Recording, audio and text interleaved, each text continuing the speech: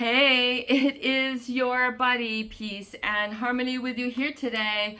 Much love going out to all the beautiful, empowered harmonizers. Yes, believe that, know that. Let that live in your heart today. We've got a great viewer question that we're going to kind of zoom in and hyper focus on.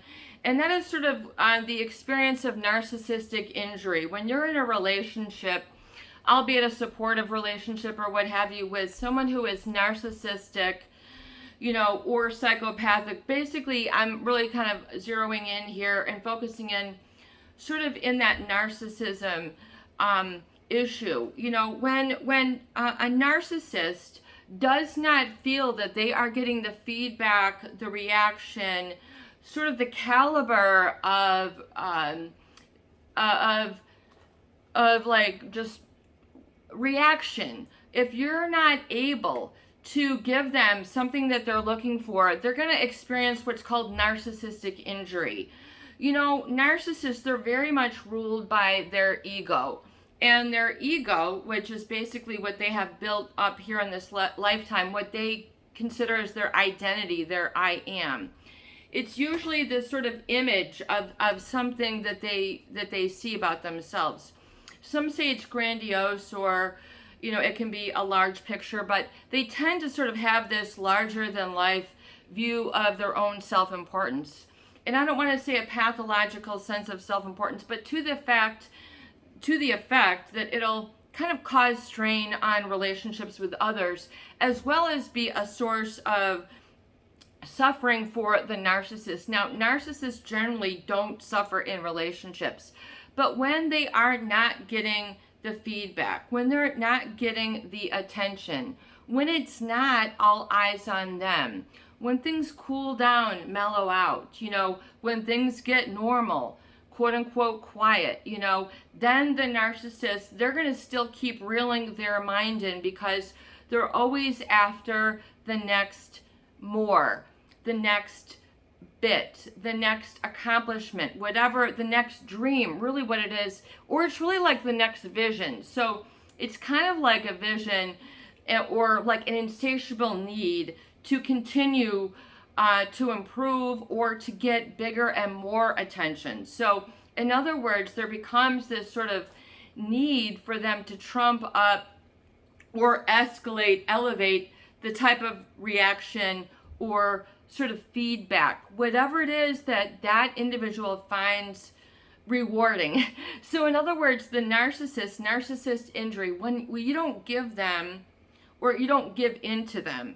In other words, there's no need to say anything, but there'll be a problem. Like, in other words, they'll create a problem where there is none, or better yet, they will see a problem where there is none, and they'll make it everybody else's problem. So, for example, if you don't have an utterance for them when they enter a room, when they're passing by, if you're not flashing them the biggest smile that they think that they deserve, if you're not, laying down, some sort of food or whatever it is, or you've just, whatever the reaction is, and all of you know what it can be. So it can be your undivided attention. It can be, you're fawning, I don't have anything else to do, let me just focus on you. In other words, so narcissist injury, if you are busy, or you can't attend to them as the number one, it becomes a source of self-created tension that the narcissist will create a problem for itself, which to them looms larger than life and of utmost importance. In other words, they are, they get a feeling of being challenged or fearful if they're not getting some sort of type of feedback, reaction, flash, some sort of just, they're looking for something, like you pick the meal, you make the meal, you get 20 people together and then we'll be okay.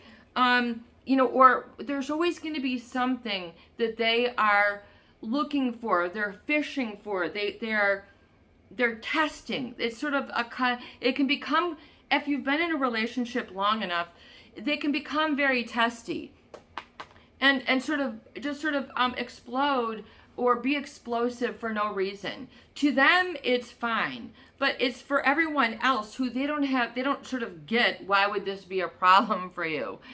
Why would it be a problem for you if you can't just be yourself? Like, why would you always have to be laying down whatever it is, dropping everything, and giving them a reaction?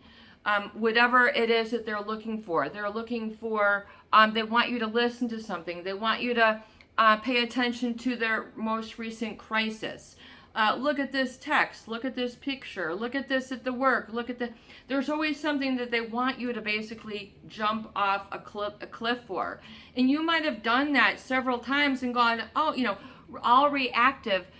But if you're always in a reactive mode, that's very, very unhealthy. And the narcissist sort of requires this hyper reactivity and then an escalating amount and then a caliber. So if the reaction comes from an everyday Joe, six-pack Joe, too tall Sally, it might be that, but then they need 2 six-pack Joes and 2 too tall Sallys, and then they start needing more and more. And then if it drops below, it's kind of like they get into that, blood bank. They don't have enough feedback in their blood bank, and they start to get really moody, vacuous, angry, brooding. And basically, they'll project whoever is in their environment. They're the source of it. This can then create, if it's repeated, a mechanism of brainwashing, sort of the other person, sort of a not so close to reality sort of relationship. In other words, it's usually there's a blame. A narcissist does not ever sort of take ownership for certain B states. It makes them very uncomfortable. If they feel normal, just like everybody else, oh no, not me, the narcissist. They are different, and very well could be, but at certain times, they're going to have to do normal everyday activities, like take out the garbage, like maybe they have someone else take out the garbage for them, or, conveniently you find yourself doing that for them, and then you've got this one little mark, on their little lipstick, man and woman. It's just like they did this, they did that, and just how many times it's oftentimes in support thereof. So even though these people, seem to be oftentimes very leaders or very talented, oftentimes they are very talented, gifted, musical prodigies, high intelligence. They tend to sort of see other people around them as sort of you're all sort of in my giddy up, go play. In other words, you all don't really have what's going on, only the narcissist, and they tend to single themselves out. And then they tend to feel very singled out when they don't get reactions, meaning that they will tend to sort of impose just sort of their vision or their sort of child viewprint on other. They'll project it, and they'll next thing you know, the people are then feeling that they are the repository for resolving or being the, hey, I can make amends for you, I can fix this. And then next thing you've got like a really almost job that you could basically sign up for with like your social security number and resume, whether it's unloading their groceries, cleaning their home, dealing with their their dirty deeds that they don't want to deal with, be it with a computer, be it with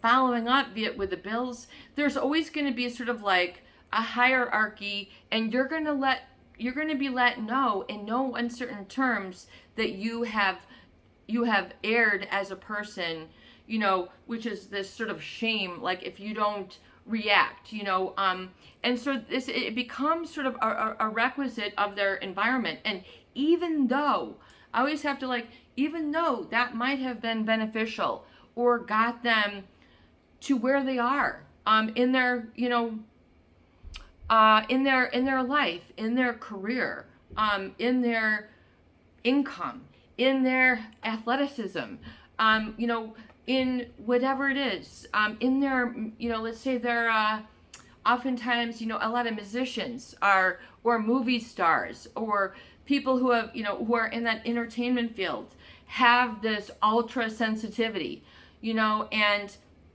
oftentimes they can tend to then drop down emotionally very quickly, man and woman, and it's just like, it might be disguised as, oh, I just need a date with the guys, or I'm just under the weather, or they'll let you know in no uncertain terms, hey, you are not up to snuff. I didn't get, where's your opinion? Where's your reaction? Why isn't your attention on me? Especially at specific times. So oftentimes in everyday conversation, this is where you're going to see the narcissist sort of want to be the center, the gravitas, of the room, of the arena, of the world, of the shopping center, of the living room, of the beach. I mean, it goes with them. And so the problem is that oftentimes it's causative of many issues and many sort of hurt feelings,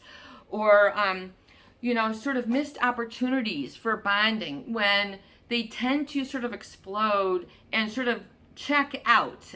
They'll leave the party early. They won't go to dinner. They will not be their usual self. You'll start to feel that you're not as close to them. And they'll display that in whatever it is, calling you. Then all of a sudden, less calling you. Ooh, then you're again supposed to react. Why aren't they calling me? Why don't they want to go on another date? Why don't they, wasn't what I did good enough? And usually you've probably already reacted yourself to the point of a squeezed toothpaste. I mean, you can't get any more out of yourself to give to them. And they have squeezed, you above and beyond. You've bent over backwards. You even took out an extra toothpaste loan to be with them. Maybe you even had something special. How many people have gone above and beyond what is normal, healthy, to satisfy the needs of a narcissist, whether it's an emotional need, their need to be fawned after, their need to be always be sort of the center of attention, meaning in communication, like anything that you bring up is, you might as well just not say anything because it's not going to get airtime with them. So whether it's they want an ooh, an ah, you look so nice, you got your hair cut, but if it's the same for you, you're not going to get that same feedback from them. Oh, don't you look so nice? Oh, ha ha ha, what you said is funny. You're not going to get that back. It's because it's an unequal playing ground with the narcissist. And so people oftentimes find that they're really get out of breath trying to serve and sort of predict the reaction that the narcissist is going to need. So people get ahead of themselves. And laughing when they don't want to, staying silent when they don't want to stay silent. They want to, they've got some thunder of their own, but it's going to get trumped out. They've got some big, some little thing that they did, but even that, it's not good. It just doesn't compare. And they're, and then people don't want to let them go because they have this air about them. They're in a class of their own. And very well they could be. So it's just kind of like people then get the problem with this narcissist injury, when you're not feeding them the supply. That's sort of the sort of common, psychological, verbiage that, the lingo. But, if you're not sort of, they'll be like, oh, gosh, well, don't you think that's funny? Or don't you think that was good? Or and if you don't react according to what they want, in other words, if you don't lie to yourself, or live a lie and always portend to always be reactive, then, oh no, you'll be without. You won't get your needs met, your emotional needs, your physical needs, your just everyday social needs met. And oftentimes people will override their own needs to satisfy that of another. Oh, it doesn't matter if I miss my work. as long as I do this and this for this person, that'll be enough. Oh, so what if I failed this class? As long as I do this and that, that's really all that matters in life. So people go on deluding themselves.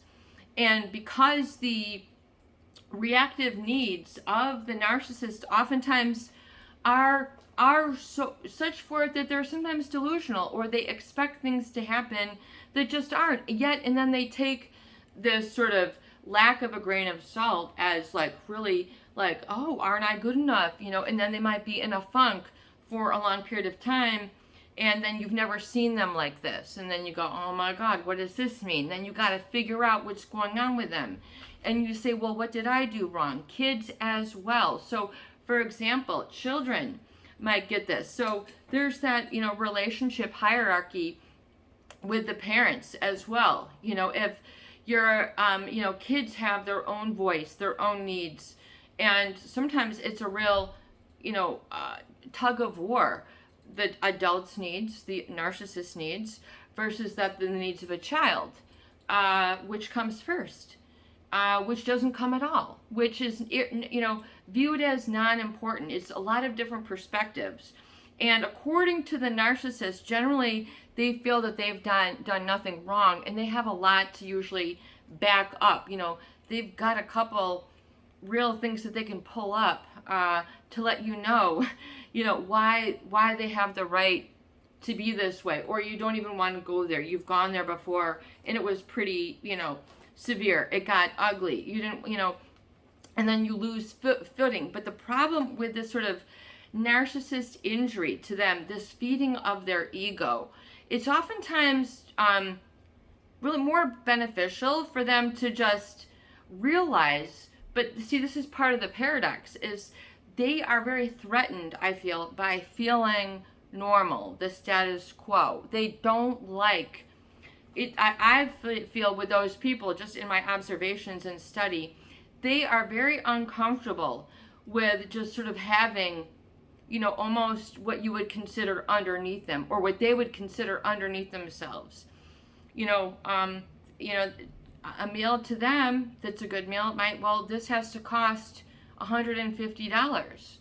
When most people would say, yeah, we get like 2 family of 4 dinner, like we get 3 family of, and we have even more fun, So in other words, they don't like to just sort of scale down. Once they've scaled up, they feel they are very threatened, I think, because maybe they feel like whatever it is that they have, they might lose. And so they're always sort of perpetually on to the next thing. So oftentimes these people have a very difficult time being in the present moment, meaning just being there, just being, instead of trying to be their ultra buff, whatever, the Hulk doesn't, remember the show The Hulk? He didn't always have to be the Hulk. He could just be an everyday person.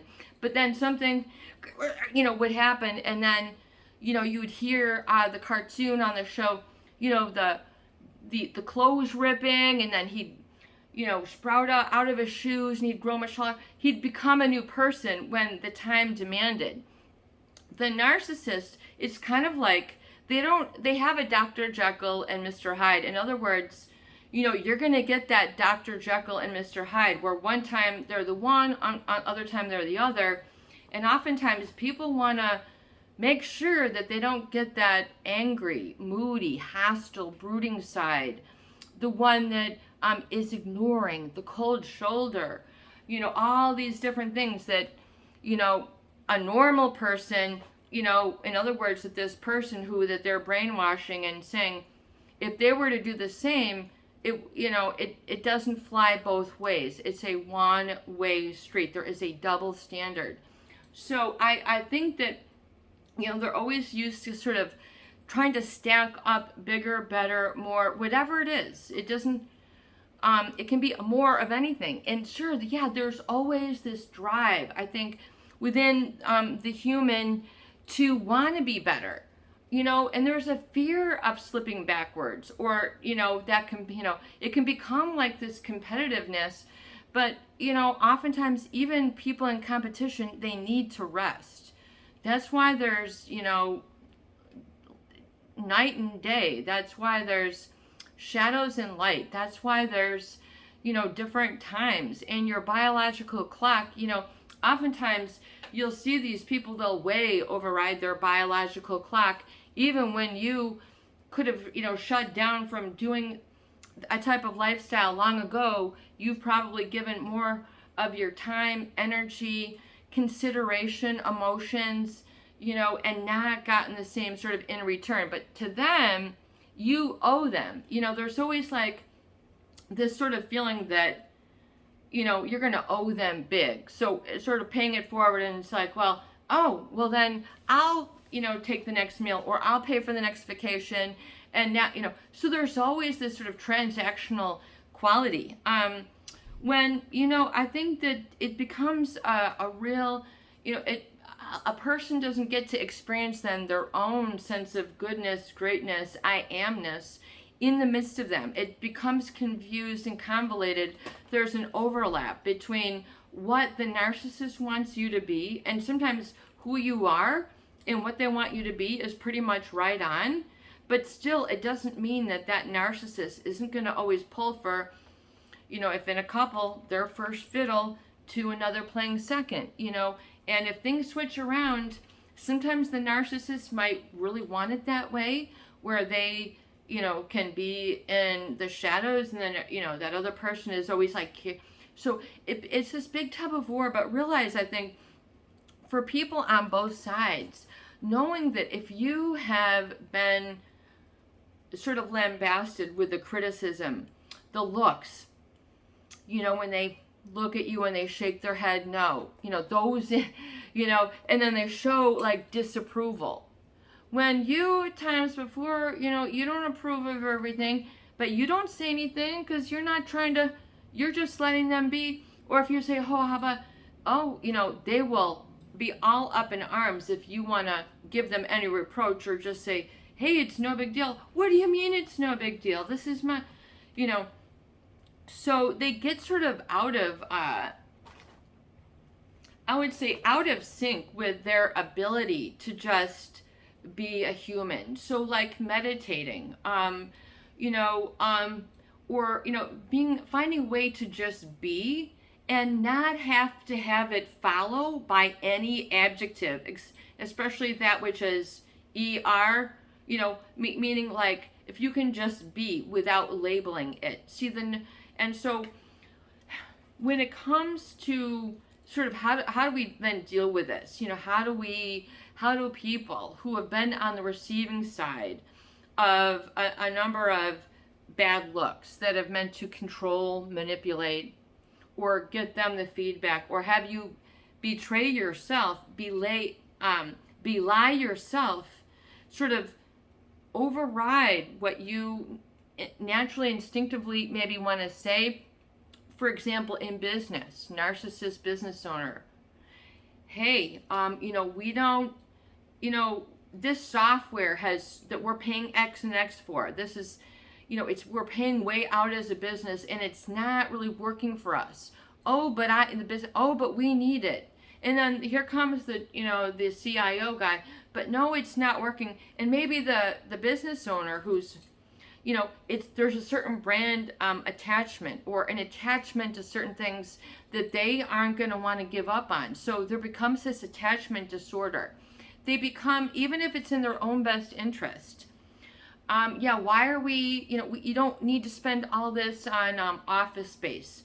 It's hard for us to get to. Why don't we do this and this? Oh no, I want to spend $100,000 a month because this and this and this, and we're just gonna get free Jamba Juice, and everybody can get, So they're gonna wanna keep things going according to their own vision, which is unassailable in their mind sight. So maybe they've earned that right.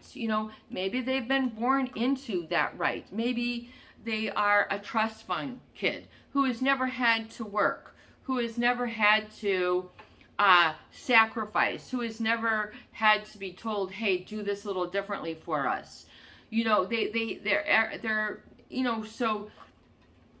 this can breed sort of that same experience. And it's problematic for others, because then people aren't able to then live from their gut reaction or say, this, I don't like the way I'm being treated, because that's not acceptable for a narcissist to hear. The problem is a narcissist, they've put up such a facade, a wall that has requirements. So it has nutritive, emotional, spiritual sort of requirements for them to sort of, hey, it's me, and that I deserve, and that always needs to be being redefined, like on the daily. So, on two sides, you've got people, hey, they need to be, if they've been in the receiving end of the dirty looks, the criticisms, the judgment, shaming, you should, in other words, they can't see you for yourself. See, the narcissist, they view everyone else as an extension of themselves. And to the degree that you are, what they need to elevate themselves and continue that sort of fantasy life, then you will be okay. There's this sort of requirement that they have. And you might be able to keep that going for so long until you say, I can't, this is not right. I don't like being treated this way. They realize with time, hey, guess what? I haven't been told the truth. I've been left out. Hey, guess what? They've got plans to do this and this. And then there's this betrayal. So this often comes, to, oftentimes a big surprise to someone who's in a relationship. And this is the strings of manipulation. When you don't get the call, you don't get the text, you don't get the picture. It's just they're pulling the strings of your puppeteer. They don't allow, oftentimes, which could be in their best interest, allow themselves to be and allow others to just be. And you would realize that they aren't just the extension of you. And maybe you don't like just being the extension of another person. I'm so-and-so's wife. I'm so-and-so's husband. I'm so-and-so's whatever. You don't, in other words, you don't have an identity strong enough of your own as it compares to them by their judgment. So let's not waste our time with you. Let's just go right on to me. In other words, that's just kind of what they feel, is that their emotional pulse is more important and is the whole, heartbeat of America. Their emotions are the heartbeat of the world. I mean, okay, so maybe they feel this way, but also oftentimes it results in mistreatment of others who don't deserve it, and including exploitation, to the point where people don't ever get to have the same limelight. They don't get to have the same spotlight. They don't get to have the same credentials.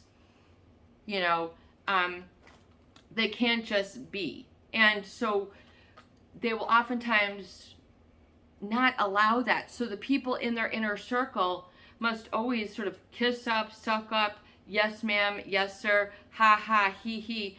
Do you really want, if I think as they mature, I think it becomes kind of a tipping point where they realize that their moodiness is causing, or their own narcissism is causing them consumption habits. I think is generally one of the first, is really one of the first, for the narcissist, is when they don't feel that they're getting sort of that, then they're either going to go back and try to hone their ego even finer, work on their craft, work on their business, work on their contracts, work on their voice, work on their CD, work on their whatever. They're going to do that. They're going to try to sharpen their sword, which is all very well and good. But it comes to the point where they can become very brooding and hard on themselves, always beating themselves up. And it can become a self-sabotaging, which if they don't snap out of it quickly, which maybe when they're younger, I think hopefully as the narcissist gets older, they'll realize, oh, this is a component of my sort of all the time brain. I need to unplug. It's like they're all the time trying to be the bigger, the better, they can't just or they then, try to control the situation with the shock value. They come to the door naked. They answer the phone singing. They greet the guy who's here to do the painting. Lady, comes out in her towel. Lady comes out like half naked. You won't mind, they try to control things the other way, through their other sort of subvert things, which oftentimes causes that reactivity, which is what they're looking for. They want, so it becomes a very sort of leaching out of the emotions of others towards their own feedback, and then it's a loop, and then, oh, it's good for them. Anyway, we're getting back to the brooding nature. What happens when they don't get that? And then other people are like, are you okay? You seem kind of out of the funk, or you think maybe something that you did. People generally blame themselves because it's been your fault before, probably. But I think as the narcissist matures, they realize, what, part of me has to realize it's okay for me to be normal and not always be this sort of facade. In other words, it doesn't mean I'm going to lose my thing. Not going to lose it. They have this insecurity. If they don't, then somebody else might, they might wake up, and then you found out another guy has a better computer chip, a better sound of his guitar, a better house, a better makeup, a better hair care. Something else is being, and then they then reevaluate.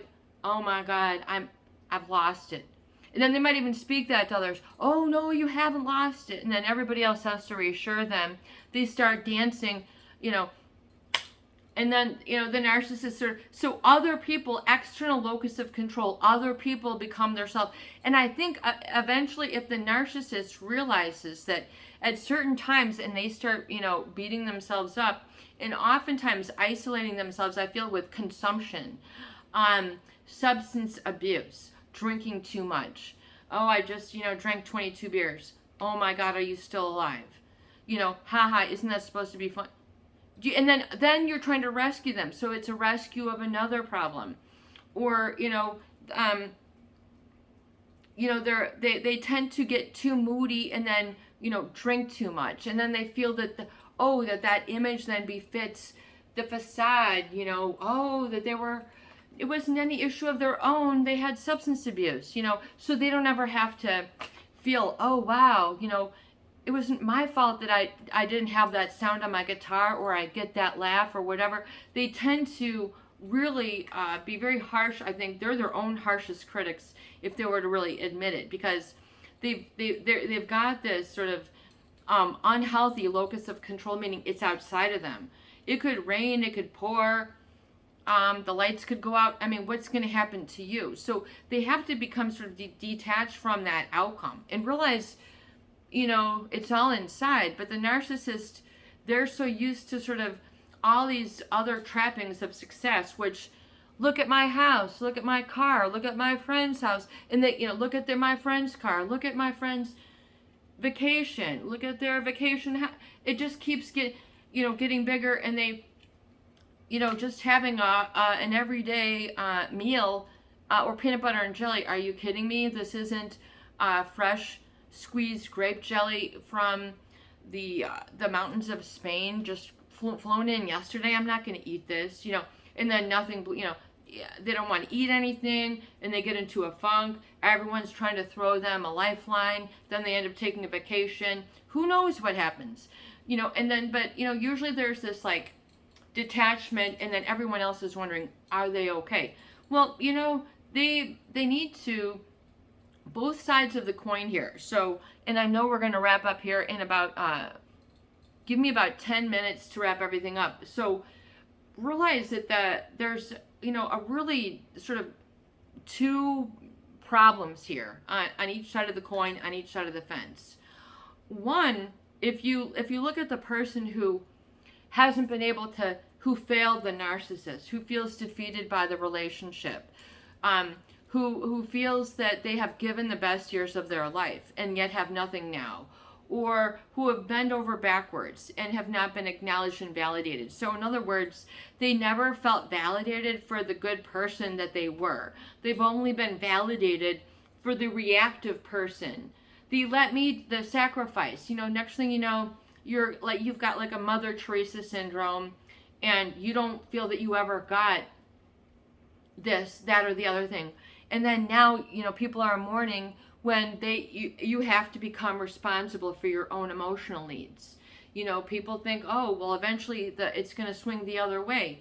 Well, that's not how it works with a narcissist. They don't oftentimes have a self-awareness or want to pause and reflect. Like, most people want to pause and reflect, oh, I shouldn't eat that, or I shouldn't drink that, or I shouldn't say that, or I can't, and then they correct themselves. They're human. They think that the narcissists, they tend to feel more human or superhuman or more intelligent or genius or really just number one at their craft, and no one else gets them. They're kind of like that child, syndrome with their parent. You don't get me, when they very well do, but the narcissist oftentimes doesn't want to communicate, so that's why you can't get them. So it ends up, okay, back again. So again, so then the narcissist then has to feel like they have to reinvent themselves, or they have this sort of unnatural, superficial, meaning shallow, meaning it doesn't go very deep. And, so if they were to, little things, so they have to learn to deal with, sometimes digging deep within themselves as being a human.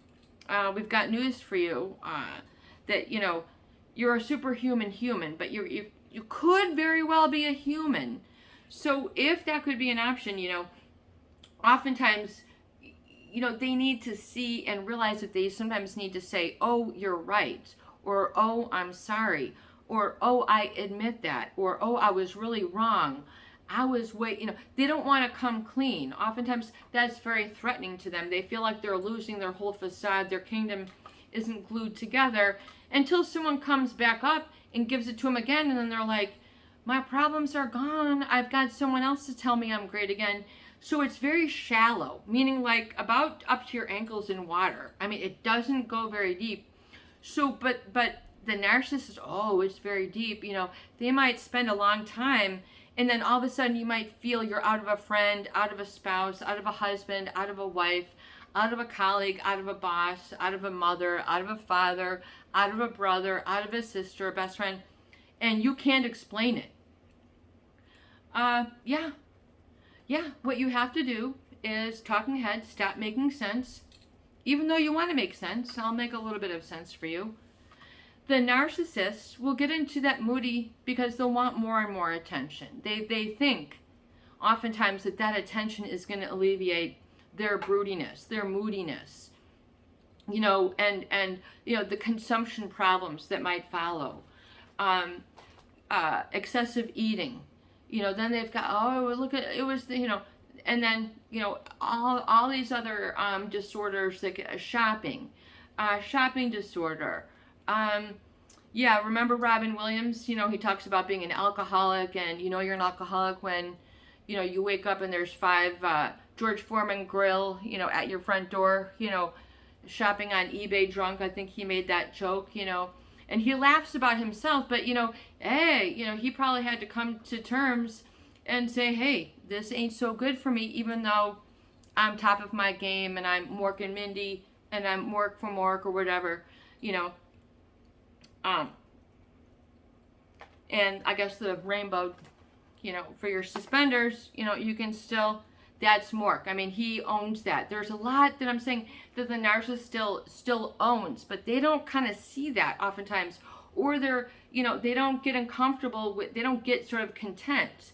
Whereas people on the other side, they need more support oftentimes from them, and that's not a sign of weakness. And that it's also important for those who are in the relationship to not go without. Oftentimes, people who are in relationships have gone without to their own deficit, to their own damage, to their own demise, to really causing them several years in missing out, several decades even in missing out, thinking if they just try a little bit harder or this, that things will become different. And oftentimes then people have been meaning brainwashed, that they don't even have the identity anymore after being in that type of relationship to feel that they have anything to offer, even themselves. They lose hopelessness. They have a learned hopelessness, that they've been taught that they sort of can't, you're ineffective. So there's all these negative definitions that people, I'm ineffective, I'm unattractive, I'm not funny, I'm not rich, I'm not whatever enough, and so people then begin feeling that they are defined by what they're not. That's called negative validation. So people who have like eating disorders, they can't even nourish their own body because they're fueled by the I'm not worthy, I'm not lovable, I'm not worth it, I'm not sustainable, I'm not worth growing, I can't even take care of my own bodily needs, which is the most instinctual thing, basically, that you should be able to share with another. But if there's a problem there, you can see where certain consumption, is an indicator, a dial of where things are at. And, then you can see the other people who are on the other side of the relationship then doing dire things to get attention in the relationship. What do you mean you spent this? That's how you get attention. What do you mean you just flunked this out? Then they get negative attention. What do you mean you just did, And so then it becomes a real negative sort of cycle. And that is really a cycle you would want to break.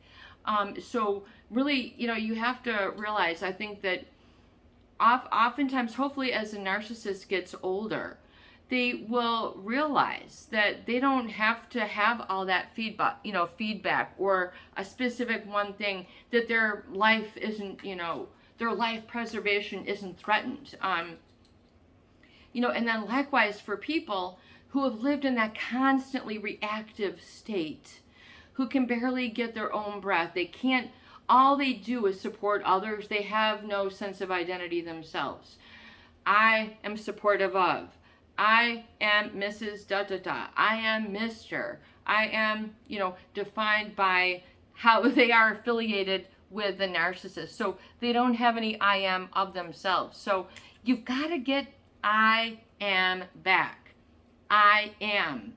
Really a very powerful, and same thing for a narcissist. They're insecure in some ways that they don't need to be. They have an hyper perception that something went bad when it didn't, and sometimes things went bad when they got sort of the most, so it's, and wouldn't you really want to know the truth? Sometimes the narcissists, they will lie and lie and lie. I mean, they do that profusely. It's very difficult if you've ever been, in business or in a relationship. It's very difficult to keep things on track when there is no accountability. When there is no accountability, that was hurtful. No, it wasn't hurtful to you. I'm saying it was hurtful. There's no accountability in the relationship. There's no two-way street. So if you don't have that in a relationship, a lot of people, they ask me about that. And if you don't have that accountability, if you don't have that sounding board, you're not going to have momentum in the relationship. And then you're going to find that you're trying harder and harder. You might even, give your a decade of your life just trying to get everything for them, because they're the only ones who are worth it in the family. They're the only ones who are worth it in the business. They're the ones who, so everybody tries to prop them up and give them props and everything else and keep them insulated. You don't have to do this, you don't have to do that. That's too slow for you. It's too boring. It's not involved with your ego. So it's very hard for them to sort of do those things. They don't feel that they should be required to do that, as it's stooping beneath them. It's not, because it's not coming from within them. And sometimes they just need to say no. And that would be more respectful, and that's okay. But if they could communicate, hey, that's your little thing to do. But they don't oftentimes want to communicate. There is that troubled ground.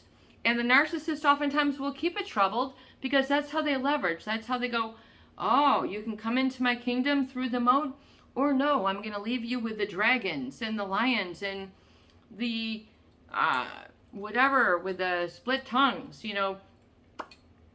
So you have to realize that, and then oftentimes people coming out of that it's very scary then, uncomfortable for them to be in a relationship or even to be heard. They feel very vulnerable, very protective of themselves, don't want to have relationships, afraid if it goes two-way that it's going to be taken away from them again. And then next thing you know, they have that, they found that they've created or found another narcissist where they can basically, subconsciously be attracted to the same thing. So it's like a self-fulfilling prophecy. And here they go again. They got attached to someone who's going to leave in 6 months, or they got attached to someone again and the business isn't going to make it.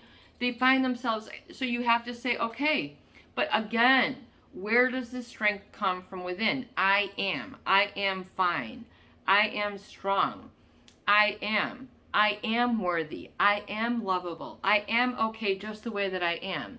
I am lovable as a human. It's okay. People are fearful of this. But if you can kind of flip that around and embrace it, and it's okay to just be, and allow that, and to not be threatened. And we understand it feels threatening. It's very threatening. You don't know where, the stable ground is, or you don't know if you can go without, or you don't know if you can make it. But it's just like the same thing. People are afraid. It's not comfortable. They're afraid to be in the discomfort zone. If you're in the discomfort zone, you're building strength.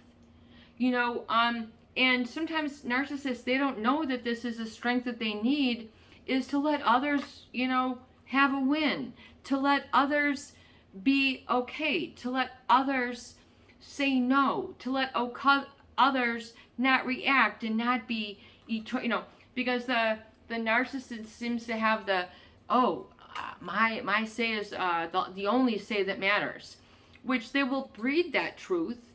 And if you've had these as parents, your truth is through your first 7 years. So if your parents put that into you in your first 7 years, then that's going to be your truth. Everything else that doesn't mesh with that is going to seem like a fallacy.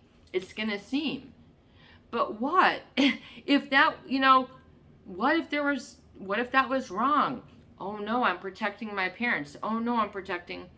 Hey, let's grow a little bit and give them, okay, that was then, I am, and then that was my truth, because people have in the core of them this truth. And if anything, especially if what you learned in your first 7 years doesn't have the elements of that, it's not going to feel like truth. And if you grew up with narcissist parents, or a lot of narcissists around you that always evaluated themselves up and you down and you were ashamed, then your I am is going to be fueled by that negative, by that fear. And when you're running on fear, that's that's where you get into the moodiness. Oh my God, I'm not good enough. They don't have this sort of permanency of which is happiness, sort of a permanency of self. There's another word that I'm looking for. Sort of object permanency, just like when babies, their parents walk away, that's called object permanency. And they don't think their parents are ever going to come back. Their parents just went to get the bottle. Then, the baby comes in. So they don't have this sort of object permanency that things are going to continue to be okay. And I think those who have been, sort of on the hurt end, sort of have that, they develop and they breed in that same fear, sort of, my I am is impermanent, meaning like my security is going to always be threatened. It's always, and that is a very, very costly, dangerous, painful, exhausting, unhealthy place to live from, because that's the fight or flight. That's what's supposed to only be switched on when the saber-toothed tiger was like, growling at your door. You'd have to fight or fight, you'd have to run faster for that short burst. But when it's always on, you're always drinking coffee, you're always reactive, you're gonna burn yourself out. Your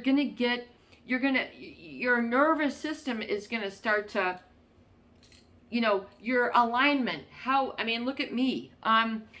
Look at me. And we're gonna wrap up pretty soon here. So, for example, if you're so used to satisfying people's needs, your head is going to be like leading over, and you're not ever going to be able to look up. Have you ever just seen people who are always, so that, I feel I had a lot of that in my own alignment, just always, and it was never about me. It's just it was always how can I help someone else? And so if your alignment, your head has to be over your hips, okay? You have to be in alignment. If you're always trying to extend yourself, you're going to have trouble in your spinal column. You're going to have back problems. You're going to have stenosis, whether stenosis of the cervix, stenosis of the back, nerve problems, one whole side of your whole left leg go numb for years right here. I had severe problems, and who've been with me on the channel, that I have been very sick for a long period of time. I couldn't even do the show, okay? So I'm coming it back. I'm taking it easy. But I can tell you one thing. If you were always in that reactivity mode, or in a requirement, or don't even know what it is to be responsive, or responsible versus reactive, and living that, it's the difference between like putting your foot forward with intention and going somewhere, or having someone hit you right below the knee, and how your knee, it's like if you're always living on that like reflex, eventually, people can, if that's done so many times, people can think that they're always supposed to be reactive. That's their truth, but that's erroneous thinking. That is flawed thinking. You do not always need to be either giving support. It doesn't make you less of a person. How about just being I am without any bells or whistles? Oh, that's scary. Peace and harmony. Well, you know why it's scary? Because look at the internet. Look at everything. 2 seconds, 6 seconds. The amount of reactivity that people are being sort of conditioned is very quick now. Commercials used to be 30 seconds. Now they're 6 seconds. What does that tell you about where things are happening? What does it tell you about advertisers?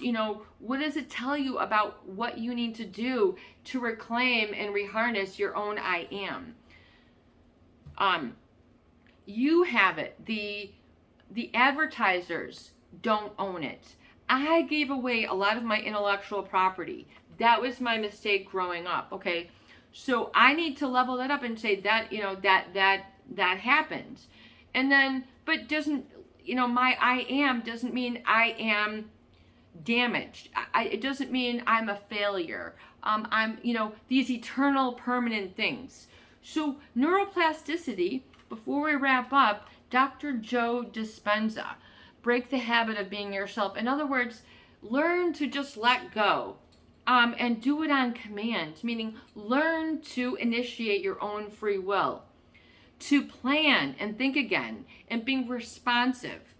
Where the narcissist was brooding, where the person who is always supply is always reactive, always trying to support another, doesn't feel good enough on their own. They can't light up a room on their own. Their I am isn't a cool enough story. Test it out. Be you. Do you. Don't try to do a reaction. Do you today. Do what's important to you. Don't be brooding. Don't beat yourself up. Try to get out of that whole dynamic and routine and just be able to be free for a moment And just to realize that I am enough. I am. And if you lose track, like a lot of our viewers who, are very afraid, repeat it. Say it out loud. Walk it into existence. I am. And then begin to build up. But say it with confidence. Not like you're trying for a laugh. You're trying to speak to the... You're speaking within, so you can hear you. I feel it's very important in healing, like in the book that I'm working on, it's very important for you to recondition and reprogram the I am. Oh my God, peace and harmony.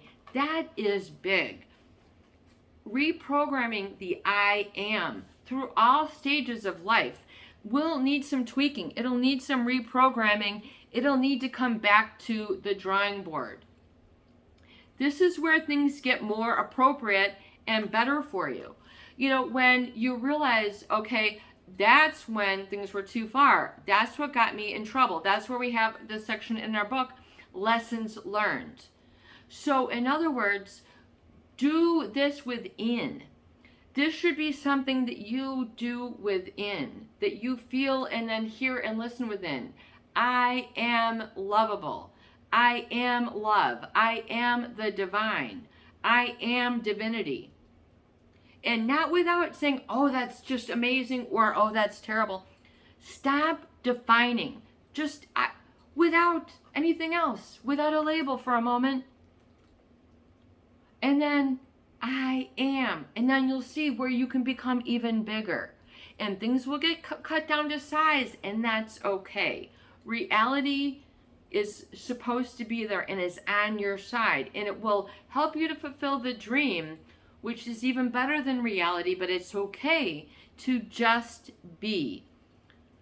Just try it on. And when those brooding moments, instead of going down low for both sides of the coin, I am.